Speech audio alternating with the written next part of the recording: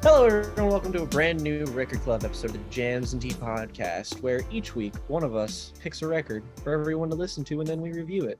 And this week, we're going to be talking about Morgan's recommended record, which is the Tragically Hip's Fully Completely.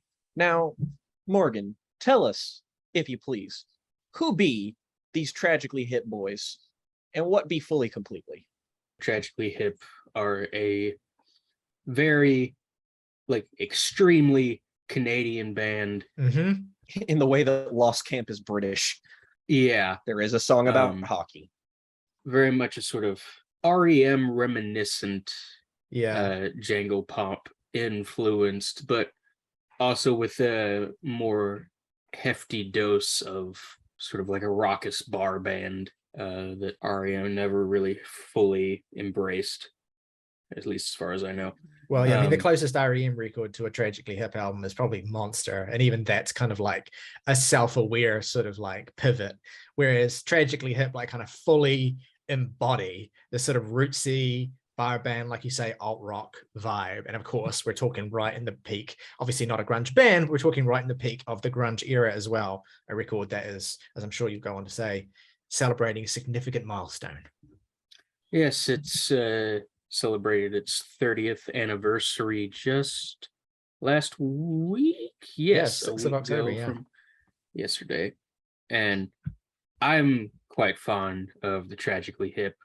I think Gord Downie, who passed away a couple of years ago of brain cancer, tragically.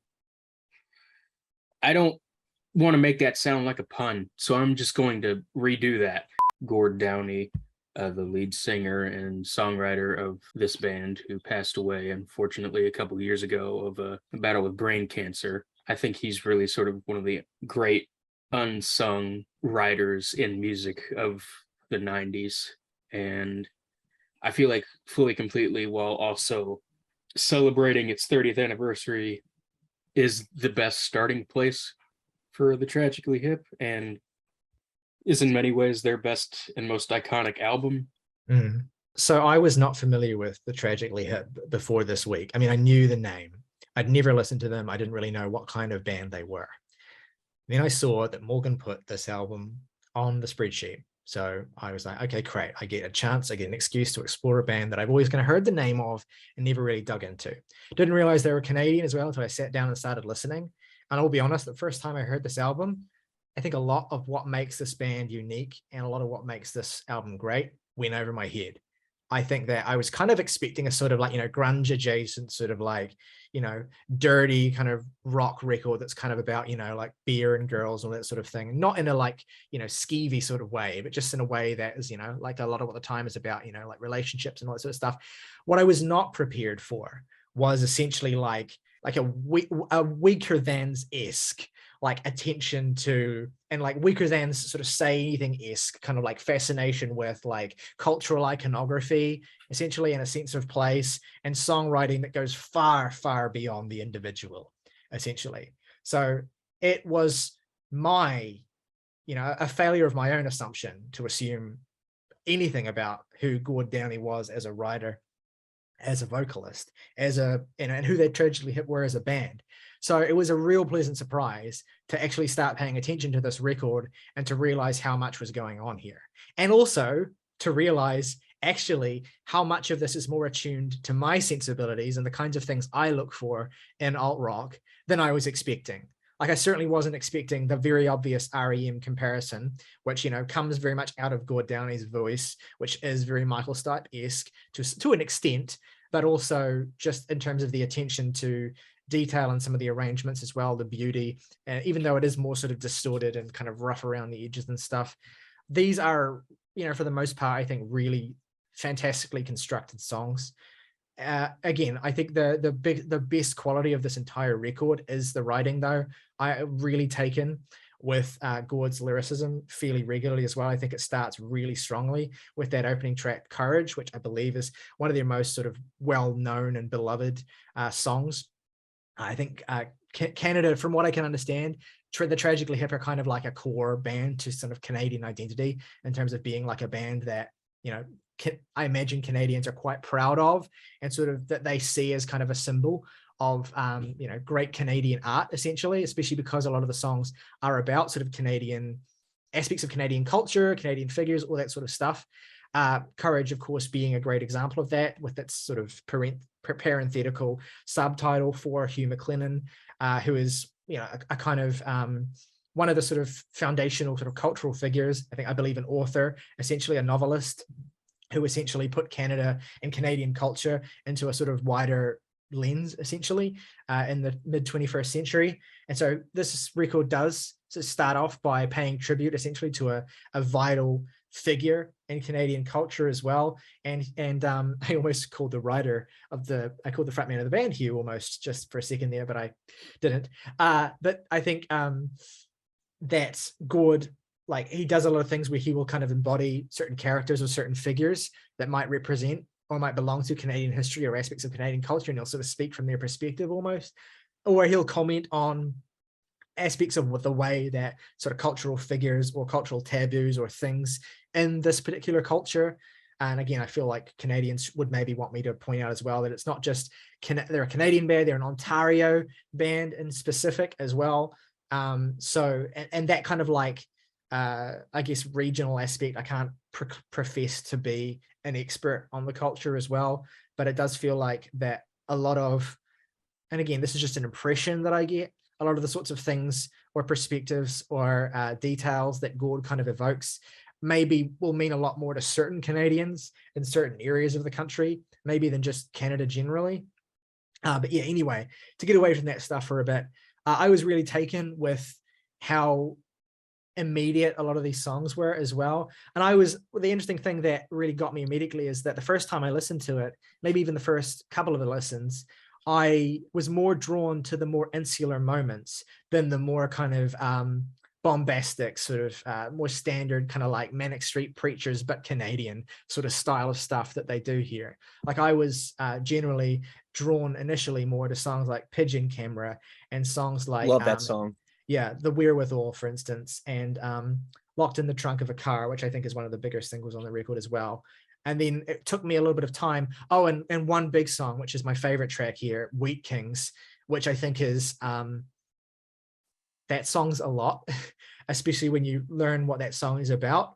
And it's very heavy subject matter, and the imagery evoked in this song as well, the shift from this kind of abstract evocation, sundown in the Paris of the prairies, wheat kings of all their treasures buried, all you hear are the rusty breezes pushing around the weather vane Jesus. That's a little bit more of a kind of Michael Stipe abstraction type of thing. But then the level of detail, once the setting is established, and this story that it tells, this famous story of 17-year-old David Milgaard, who was wrongly convicted of a brutal rape and murder and served 23 years in prison before being retrialed and freed through DNA evidence. And obviously this story has some significance, I guess, understandably so. I mean, there's similar stories to this one, similar analogs here in New Zealand as well. And it's like one of those things where it illuminates a lot about the culture of the landscape and about how we view people and about how we kind of respond to unspeakable things, and then how we kind of assign blame and how we sort of overlook maybe some of our best instincts in trying to process the unimaginable. And like it's just a fantastically affecting song. It's one of the most stripped back on the record. It's just like, it feels like its own MTV Unplugged version essentially when you listen to it in the context of this album. And it really got me the more I listened to it as well. I think it's one of my favorite songs, maybe even of 1992. So yeah, initially I was really more drawn in by moments like that in Pigeon Camera and Locked in the Trunk of the Car as well.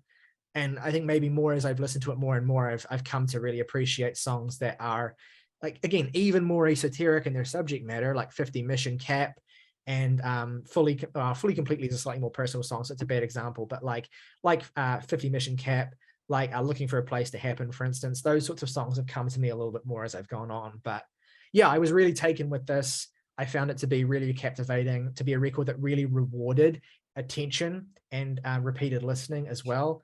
It's not something that I am, say it with me kids, fully, completely in love with from front to back. I do think that certain songs don't quite hit the mark for me as much, like Lionized, We'll Go To, and El Dorado, which I think are all good songs. At the 100th Meridian as well, all good songs, and they all have a relevance to some of the broader themes, especially like at the 100th Meridian kind of being specifically about, Canadian identity as it relates to geography. All of these songs have a place, but they don't quite stand up to some of the higher moments, I think. But still, generally overall, I can see why this is kind of regarded as something of a classic of its era. And I'm really glad, like, I've actually come around. The first time when I was like, when I was first listening to this, I was like, man, are we going to really be able to get like a meaty, subjects matter wise record club out of this? And I was a fool for doubting Morgan, to be honest, because there's so much going on in these songs, and the stories that No, thank you to remember that. the stories that Gord tells are really like the sorts of stories you don't get told about these sorts of things, or in this sort of way, by a lot of songwriters. So and it's just a record that totally deserves, more attention. I mean, it came out the same week, let's remind ourselves, maybe even the same day, I'm not sure, as Automatic for the People by REM. We talk about bringing up REM, right? And that is an album I think I'd love to still discuss properly in some format. But I think that, in retrospect, kind of like choosing to highlight this instead is maybe like more meaningful, because that is an album that, has been think-pieced to death, to be honest. Whereas this, it feels like, has slightly more of a regional appeal, right? And it's cool, I think, to highlight that. Anyway, I didn't mean to kind of just sort of spill out most of my thoughts on the record in one go, but that is basically it. I think the cool thing about this band is that like Riley, before listening to this, I knew nothing about them. Like literally the only reason I knew they existed is because I know that Crash Thompson really likes them. And so they've always been like in sort of the back of the filing cabinet of my brain, just been like, I should check them out sometime. And so like after maybe the first 3 songs, I was instantly like, I know why Morgan loves this band. It sounds like fucking like mid-career Pearl Jam if it was fronted by like Glenn Danzig. And like it's not as like eclectic as that sounds, but like it appeals to the sort of rootsier side of Pearl Jam sound, but also the kind of like, it is very quintessentially Canadian, but I do feel like this has a lot of kinship with a lot of Americana and a lot of where sort of not really like country specifically, but like just where, not a million miles away from where that was going from the 90s like forward, like the alt country scene particularly. And so it lends this a really versatile kind of hard-hitting sound that like it might not be as like aggressive as you're expecting a lot of rock music to be, but I definitely think it's harder than stuff like REM, which definitely like there are like kind of jangly guitars on here which are really satisfying to listen to. But one of the notable things that I feel like the producer of this album has worked on is he's mixed and like every like Judas Priest album, like at least Sad Wings of Destiny through Painkiller. So whenever this album decides to have a little bit more bite, it tends to be really impactful. And they are kind of moments that I had to warm to initially, because like Riley, I was more drawn to the more interior stuff, but the more I listened to it, the more I was just like, maybe Lionize just kind of goes. Like there are parts on this album that just, they kind of appeal to a more lizard brain rock music immediacy in me. It's rare that I'm able to find a band that truly communicates to me like on that level, just because a lot of the times it feels sort of like inherently, I won't say like thin. It's really more, it's just you want to feel like you're enjoying something that has a bit more of a holistic sort of edge to it. But here I think a lot of what makes this so personality driven is the writing. It is very in keeping with the whole Canadian kind of stuff. Again, there's a song about hockey on here. The more I listened to this, the more I just kind of valued everything the album was trying to do, just because it has several different like modes on it. I think it is a really kind of versatile experience, and the writing on here is very like witty and funny sometimes. Like again on Lionized, again the first, I don't know if it's the first lyric, but like one of the first lyrics in that song is "wind blowing over my private parts," and you're just like, what? I'm sorry, what the fuck did you just say to me? And then Put some pants on, Gordon. And then the more I listened to it, the more like comfortable in its sort of sound it became, and the more I was just kind of like, yeah, let's go. And it really hits all of its strengths mostly for me in like the middle of the album. Like Pigeon Camera, I think, is a great song that sort of like kicks off where the album really gets going for me. That song's a really great emotional song that's like from a more youthful perspective, sort of displaying a sort of family dynamic at home, and then you have like Oh, Lionized right after that to sort of counter it. And Locked in the Trunk of a Car, again, that's a song that Riley mentioned is just being like that one's a fucking, what a great guitar tone on this song. Across the album, really, there's just like there's so much clarity to the instrumentation here that it just manages to make all of its most hooky and like immediate parts feel all the more vibrant. And it makes me kind of all the more confused that this band kind of isn't bigger, just because I get that they're definitely like a regionally appealing band, but like musically speaking, this kind of roots rock thing that they've got going on, it just feels like it has so much more mileage than it's gotten, like in just I guess the eyes of history. But there's also songs like, again, the title track and We'll Go To, which might be my favorite song on here, I don't know. um I just really get along with this sound, and maybe I want to say that like if I explored this band more, maybe my appreciation for this album might deepen even further, because I do feel like this is like the definitive statement of a band that probably has more than one really good record. So I'm curious to see if I explore the band more, and maybe I'll like albums more than this. Maybe my appreciation will deepen. But there's like, the weakest moment on the album for me is probably 50 Mission Cap. It's just kind of a song that its irreverence is charming, and it's nice, but it doesn't have like the sort of scope that I think the rest of the album has, both thematically and musically. It just doesn't hold the same amount of water, I guess, when you put it up to compare it with the other tracks. But I really enjoyed this. It was a really nice breath of fresh air when we originally had this slated for the week before, and we were reviewing a lot of music that I was just like, I don't know how to feel, like, oh, this Alex G guy, oh, this fucking shit. And it was just nice to sit down and enjoy like a rock album that was just really, fundamentals. mm. There's a couple of songs I want to shout out. I've already mentioned them once or twice, but I want to, well, actually 3 songs. And I'll start by talking about the title track, which is, I think, one of the most sort of personal songs on this record.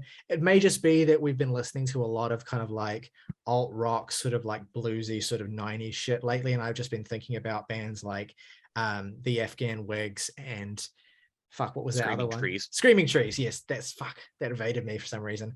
It may just be because I've been listening to a lot of that lately, but this song in particular really reminded me of those bands as well. Like this, it's kind of like this sort of broken relationship song.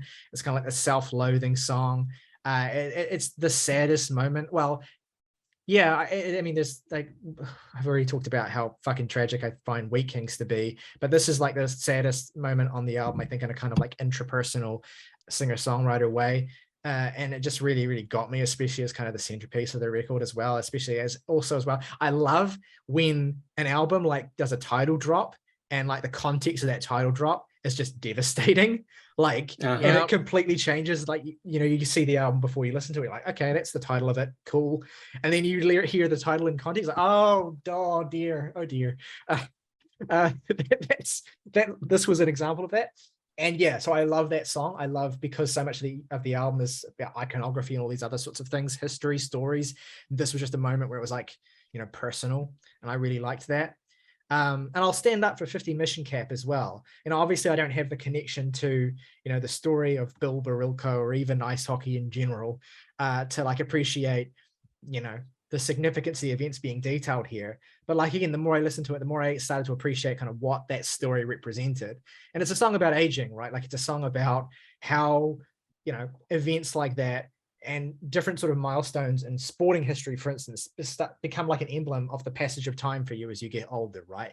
And you relate to, and you kind of mark your aging essentially by your proximity to these foundational events. And I really think that from a songwriting perspective, using the kind of story of this particular, very famous ice hockey player who disappeared and whose body was found, decades later, and at the same time that the Leafs won the first cup since he disappeared, essentially, and using that as a kind of like overarching motif to talk about passage of time. And then like that refrain of my 50 mission cap, which I had to look up what that means. And it's like, it's specifically like an Air Corps cap or an Air Force cap, that, a 50 mission cap is specifically like when the cap has been worn so much that it's kind of like worn in and sort of like, crumply and dirty and sort of tattered and stuff. And like it's a sign, essentially, it's representative that this person is kind of, has been through a lot. Essentially, they have earned their stripes. Essentially, they've seen a lot of action, basically, and so it becomes like this visual motif that's emblematic of aging, as a kind of military complement to sporting as well, and kind of, I guess, highlights these two masculine ideals to which men in this environment can aspire to be kind of like a military hero, or to be someone who like goes off and represents their country and by fighting, or to be someone who represents their country by achieving excellence in sport.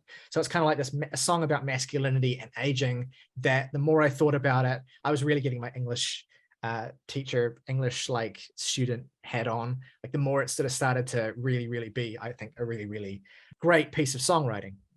And I think the best piece of songwriting on this record, again, aside from Wheat Kings, which is a song I keep coming back to, the other best piece of songwriting is Pigeon Camera.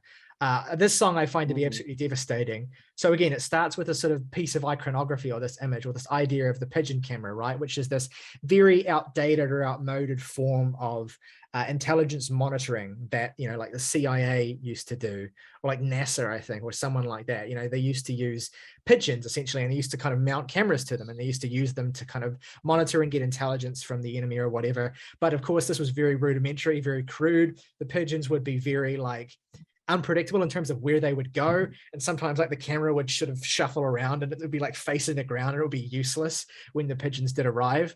And so like this idea of the pigeon camera and becomes kind of like a metaphor essentially for a feeling of uselessness and kind of outmodedness and irrelevance that you feel as you get older, right? You're no longer useful to the people around you, or your opinions no longer matter, or you've grown to the point where you're just kind of like, the old dude who has thoughts on things and he's not relevant anymore, and why would we care about him?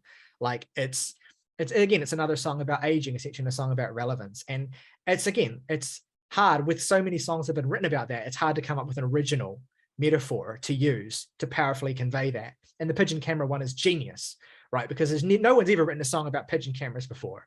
There's just no way. And so it has its own immediate sense of identity as a song, even though the core of it, what it's about, is universal. It finds its own unique metaphor. And it's like, that's cool, right? But then as the song goes on and you get a little bit more detail about like the nostalgia and the looking back towards, halcyon salad days sorts of times, it actually kind of has this really sort of tragic, again, not pun intended, but like devastating lens to it, right? This house has its politics. Over there, that's my room, and that's my sister's, and that's my sister, with something we could no longer contain, right? This sort of hint towards some kind of ugliness or some kind of suppressed family trauma, essentially, that is something that we don't talk about anymore. And then the chorus is just like, it's boring, I'm embarrassed, I don't endorse that, I didn't want this. Like, it's just very off-kilter sort of like random remarks, essentially, that are given context by those really sort of subtle details that are given in the verses. And then you just get that final line of, it's like we burned our boots with no contingency plan. I think like the songwriting is immaculate here. And I'm like, again, I feel like I'm still just discovering this band. I'm still just discovering this songwriter. I only had this in my life for a few days, right? But I'm already taken aback, and I'm already like processing, and this band is already motivating me to put my English student cap on. I mean, I'm already like having to do a review on the Jams Deep podcast does that because I want to do a good job, but like this really made it pleasurable. And so I absolutely intend to listen to more Tragically Hip. especially their 90s records, which all look great from what I can gather. And actually, before I even listened to this, their album Phantom Power was already on my Rate Your Music recommendations top 100 list. So that was like, cool. That kind of tied into that. So now I have an excuse to prioritize that. So yeah. Yeah, I would say Phantom Power is the one to hit up next. I think Road Apples and Day for Night and Trouble at the Hen House are all really beloved, and for good reason. I'm not nearly as familiar with those as I am with Phantom Power and this album, so I feel very confident in attesting to how good Phantom Power is. Like, I think the biggest power that this album has, and specifically the greatest power that Gord has as a songwriter, is just being able to say everything, or what feels like everything, in just a handful of words, and the way he says it. Think of the title track, which is, yeah, that's my favorite thing here. And just as a side note to that, because I think this is the best example of this, the guitar work on this album is front to back immaculate. It's not necessarily something that hits you entirely on the first handful of listens, because I mean, really, these mixes are so dense, especially on something like Wheat Kings, which feels so minimal, but especially by like the midpoint and onwards of that song, there's so much happening instrumentally, and it's all so like virtuosic. And the title track on here is definitely this really stellar example of that. Like the bass line that runs through the entire thing is just like, it's literally like the spine of that song, and it just holds it all together. But to the point of Downie being able to say so much with so little, I think of the lines, "Either it'll move me or it'll move right through me," on the title track. And especially when you're listening to it and the way he says it, Oh god, yeah. it feels like that hurts. Everything is there. Every choice in life boils down to this idea, and every, just the it is interchangeable and the movements are different, but everything is all that. We've already dug into Wheat Kings, and like I think that's just one of the best examples of storytelling and songwriting ever. Like John Prine levels of. Ooh, yeah, that's a good comparison. Yeah, I mean, like the obvious sort of singer-songwriter reference point is Neil Young, of course, also from Ontario. Yeah. And like Townes this is Van the kind of Zandt. song that Neil Young would write on like After the Gold Rush or something like that. But yeah, pretty much everything on here I think is really strong. Like if it's not really like super resonant for me, it's at the very least really enjoyable to listen to. Like, I don't think The Wherewithal is like a super resonant song. I just know that I have like a really great time listening to it, and the chorus is just so fucking classically like alt rock 90s hook. Yeah, and this album's just covered in moments like that. It's got that same forward momentum as the Screaming Trees album we talked about, where it's like there's not a lot of huge diversity in sonic variation, but it's so good at kind of sustaining itself constantly and just kind of changing itself little by little as it goes along, so that you just kind of get swept up in it. It barely feels it's already like not particularly long length, feels like half its runtime. Fantastic. I mean, even just talking about it, I like it more and more, and I'm definitely going to be digging into more. I from what I can gather, like fans call him the hip, like which I think is really, really endearing. Play some hip. Shut up and play the hips. Why is that not their greatest hits album? That should totally be. God. Yeah, that should totally be their. They need to hire you as a manager. Yeah. They've disbanded, but Yeah, I think, as Morgan said, their front man is no longer on the living plane. let's do our favorite tracks and ratings for Fully Completely by the Tragically Hip. Jake, why don't you go first? My 3 favorite tracks on here, I'm going to say Pigeon Camera, Locked in the Trunk of a Car, and We'll Go Too. Least favorite, I'll say probably 50 Mission Cap, and I give the album a 7 out of 10. All right, Morgan. Yeah, 3 favorites: title track, Wheat Kings, and probably Pigeon Camera. Least favorite, I like all of the songs on here, like a fair amount, but I will probably say At the 100th Meridian, just because he says the title so many times that it almost becomes, there's a televised mind at the 100th Meridian. It's the sort of thing that Michael Stipe's really, really, really good at doing, is just repeating something like that. Yeah, no, it doesn't quite come off here as well. It's a hard line to ride. Yeah, overall, I will give this a 9. All right, my 3 favorite tracks are Wheat Kings, Pigeon Camera, and Fully Completely. My least favorite track is probably probably is At the 100th Meridian as well. And I'm going to give the album a very effusive 7.5, which gives us an average overall of 7.8 for the Tragically Hip's Fully Completely. Let us know at home what the hip means to you. What do you think of this album? Do you think it's their best record? Do you have another record you prefer? Are there underrated gems in their catalog that we should listen to? Please let us know, because your recommendations as to where we go next, I can say for sure I will take them seriously, because I want to get into this band. So let me know in the comments below. Let us know as well what you think. If you enjoyed this video, please consider giving it a like, and of course subscribing to the channel if you haven't already. We do reviews like this all the time, every single week. If you want to go above and beyond and support us even more, you can hit the join button, and for just $1 a month, you become a member of the Jams and Tea family. Get your name featured in the title crawl of every video on this channel. Plus, when you want to recommend us records to listen to and talk about on our show, your recommendations are at the top of the pile. As always, though, folks, until next time, rock over London, rock on Chicago, Tim Hortons. It's time for Tim's.